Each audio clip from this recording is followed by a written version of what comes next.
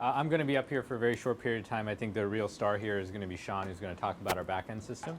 But I think a lot of you had questions about the acquisition, kind of what our plans are and all that kind of stuff. So I want to get up here and just speak for a few minutes and then also answer questions briefly. And then we've got more time for kind of the more technical questions and product-oriented questions at the end.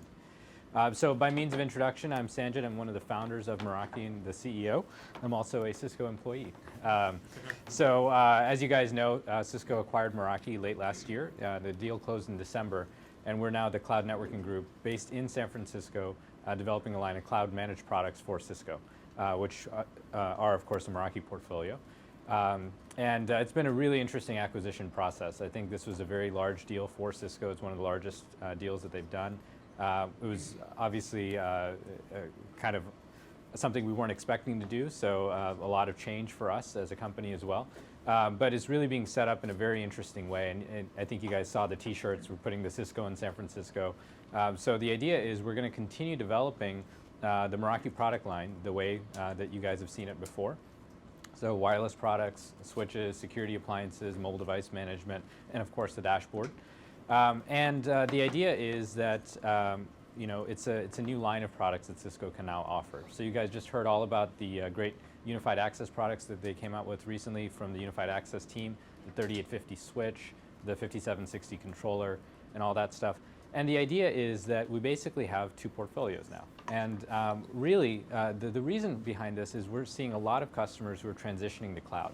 And they're saying, we see two distinct groups of customers. Some folks who really like having a lot of control, having the on-premise equipment, being able to really get in deep and control it at the iOS level. We're also seeing a different family of customers who are saying, you know what, I'm looking for something that's totally managed from the cloud. And it's not just small customers, we're seeing large customers too, who are saying, I'd like to have a cloud managed, kind of built from the ground up for cloud deployment. So that's kind of the plan. We are, of course, going to talk about how we work together as well and kind of cross-pollinate. The deal closed only about 45 days ago, so it's fairly early. I don't have much to share with you guys on that front yet, but the short answer is we are doing something, and we'll come back to you guys in a few months and share that plan. But that's kind of the high level.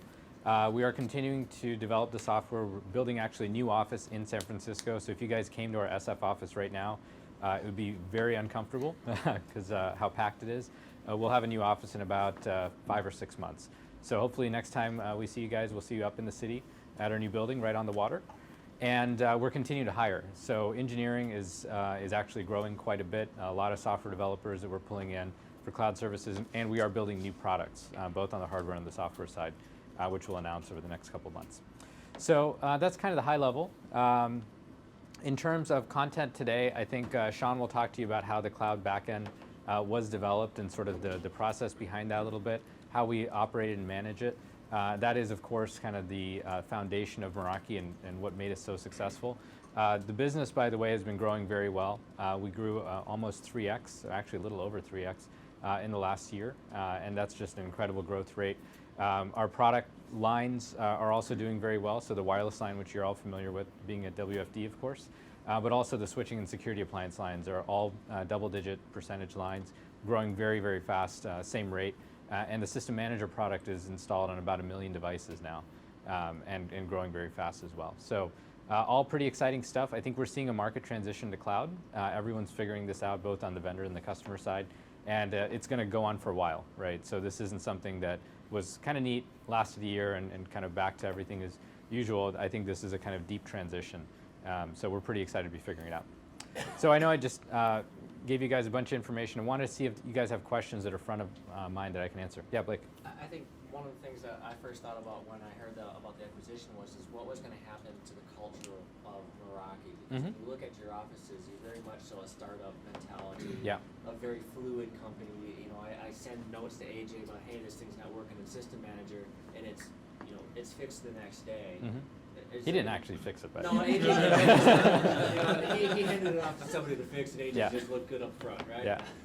So what's going to happen? Sure. Do you great question. See a huge cultural change, or do you hopefully try to keep your vision alive and what your employees are seeing to keep you as a dynamic and fluid company that really values the customer feedback by having that Make-A-Wish button? Right. So the short answer is this is something we talked about a lot as part of the acquisition process, and I think Cisco sees as very valuable, which is the way that we developed this product was through that very tight feedback loop, and the last thing we want to do is damage that in any way. So Make-A-Wish is still staying.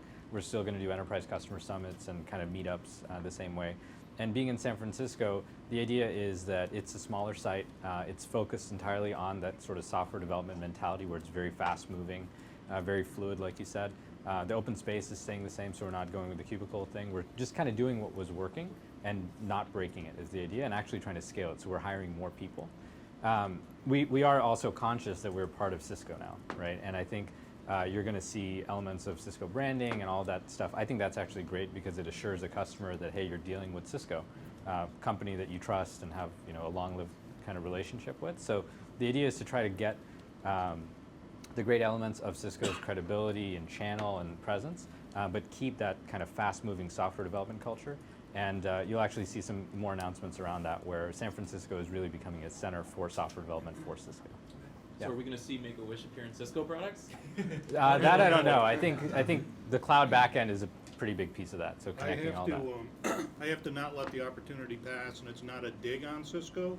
It's just a recognition that there really is an irony that I'm a Cisco and Meraki customer. To Blake's point, the very, very responsive nature of working with Meraki as opposed to trying to get Cisco to even acknowledge that you made a feature request can take years. And you have to get to the right SE, you have to get the multiple SEs, you have to talk to somebody from Cisco who's in the right position that just happens to land in your conference room and gives you a sympathetic ear. So hopefully some of Meraki does rub off on Cisco. And again, it's not meant to be mean-spirited, it's more just the way it is. Yeah, and a lot of it is mechanism, right? So the fact that we have that Make-A-Wish box in the dashboard and you're using dashboard, it makes it very easy to get the feedback. Yes. I think logistically, otherwise you have to talk to an SE and a product manager and a support rep and all that stuff. So you have to be blown up by a number of people, yeah. Yeah, so what we want to do is just make sure that we don't affect that process in any way, and we scale it up because the volume's going to go up a lot as we go international and so on. Yeah.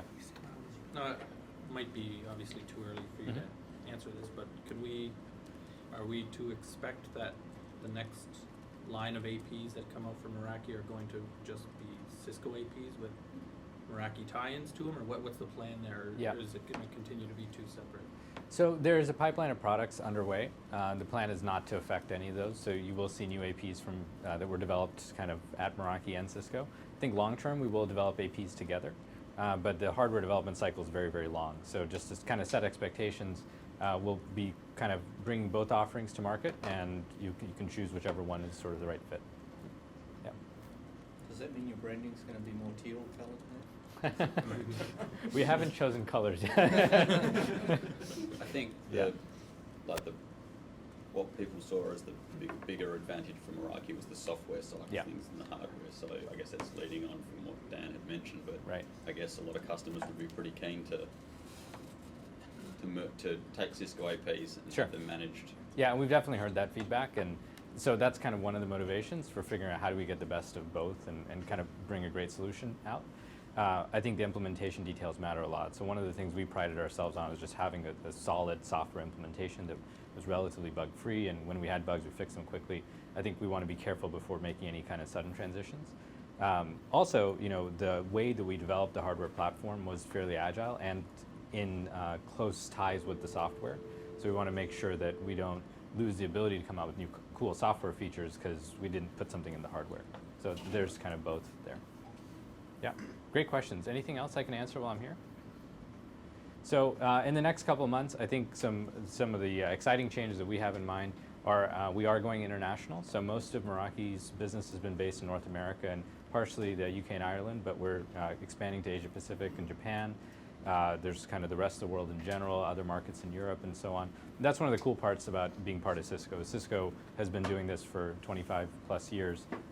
They understand distribution, and that's kind of where this becomes very, very interesting. So that's one set of things. And then from a product features perspective, we are continuing to invest a lot in just adding richer and richer features, right? So the idea is not, someone asked me before this thing if we had anything to do with the Linksys thing, and the reality is we had no idea that was even going on. We're not targeting the S and SMB or anything. Our pricing's not changing. So you kind of understand where we fit in the market. That's still the plan. But there's a lot going on our end. So anyway, I know I sort of rambled on for a bit, but if you guys have other questions, I'll be around and would be happy to answer them. But with that, I want to turn it over to Sean.